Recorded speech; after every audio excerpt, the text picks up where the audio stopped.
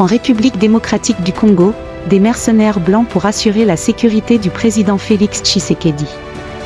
Une décision qui fâche les militaires congolais.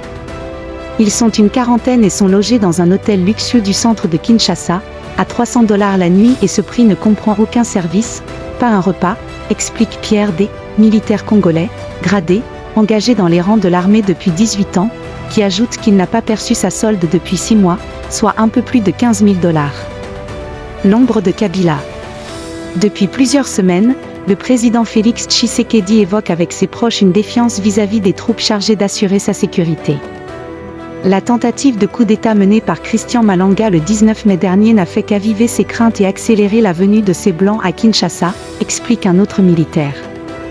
Il ne cache pas ses appréhensions, ajoute un diplomate en poste à Kinshasa. Il ne cache pas non plus qu'il voit la main de son prédécesseur derrière ces éventuels mouvements. Joseph Kabila est omniprésent dans la tête du premier cercle du pouvoir, enchaîne un autre observateur étranger pour qui le silence de Kabila et le fait qu'il s'est éloigné du pays pour se réfugier en Namibie ou en Afrique du Sud sont des éléments qui façonnent encore un peu plus l'image de l'homme qui menace le pouvoir, qui veut prendre sa revanche. Vent de grogne. Ce jeudi 20 juin, de retour d'un voyage en Afrique du Sud pour participer à la prestation de serment de son collègue le président Cyril Ramaphosa, Félix Tshisekedi a fait halte à Lubumbashi pour inaugurer du matériel ferroviaire qui doit faciliter l'évacuation de la production agricole de certaines régions. C'est à l'occasion de cette sortie publique, la première dans cette province depuis sa réélection, que les nouveaux gardes du corps du président ont été remarqués. Une vingtaine d'hommes blancs en tenue militaire, bien armés. Ce sont des Roumains qui parlent français. D'anciens de la Légion étrangère française basés jusqu'ici dans le Nord Kivu.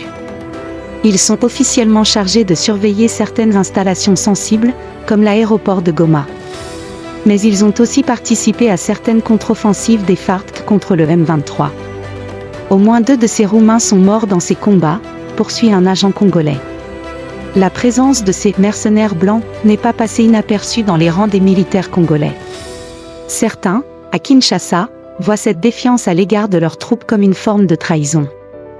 La situation est compliquée dans tout le pays et les autorités ne font qu'accentuer le malaise avec de telles actions.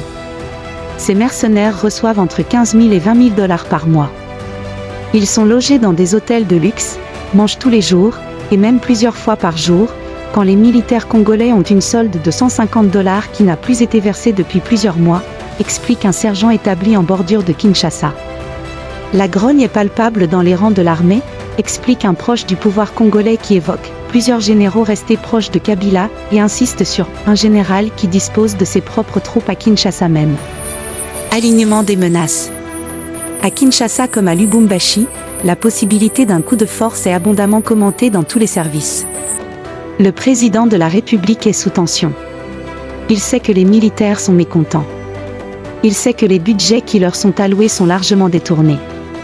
Il sait aussi que la guerre dans l'Est, les tensions avec les pays de l'East African Community, lui valent de solides inimitiés dans tous les États de cette région, à l'exception du Burundi dont le poids militaire est proportionnel à la taille, explique un ancien ministre de l'Est du pays.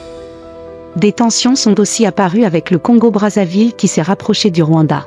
L'Angola, lui, voit se développer avec inquiétude une nouvelle forme de tension ethnique, importée du Congo, au sein de ses frontières. Il faut aussi ajouter la guerre des services de renseignement qui ne permet pas d'analyser sereinement ces menaces, explique un membre de l'ANR qui conclut, mercenaires ou pas, cette colère va déboucher sur une explosion de violence.